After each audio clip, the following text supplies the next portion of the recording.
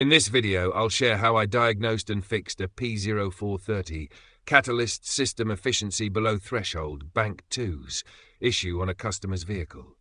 Here's how the process went, step by step. The customer came in with a complaint that the check engine light was on. To start, I connected a scan tool to see what was going on, and sure enough, the scan revealed the P0430 code. This code usually points to a catalytic converter problem, but I knew I needed to dig deeper to confirm. I performed a road test while monitoring live data on the scan tool, paying close attention to the oxygen sensor readings, especially Bank 2 Sensor 2, B2SS2 star. During the test, I noticed the sensor readings were intermittent. They would drop out occasionally, which was a red flag. This hinted that the issue might not be with the catalytic converter itself, but with the sensor or its wiring.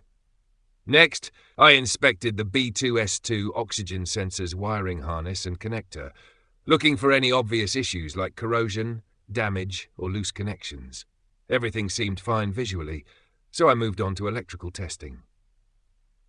With the ignition on and the engine off, I used a multimeter to check the connector at the sensor for both voltage and ground. Both were present, which confirmed that the wiring and power supply to the sensor were fine. Then, I tested the oxygen sensor itself for continuity. This checks if the internal circuit of the sensor is intact. The test showed that continuity wasn't present, which confirmed the oxygen sensor was faulty. To fix the issue, I replaced the B2S2 oxygen sensor with a new one. After installing it, I cleared the fault codes and took the vehicle for another road test. This time, everything worked as expected. The check engine light stayed off and no codes came back. This case is a great reminder that diagnostic codes like P0430 don't always mean you have to replace the catalytic converter right away. Taking the time to investigate the root cause can save time and money while ensuring the repair is done right. If you're dealing with a similar issue, I hope this explanation helps you approach it with confidence.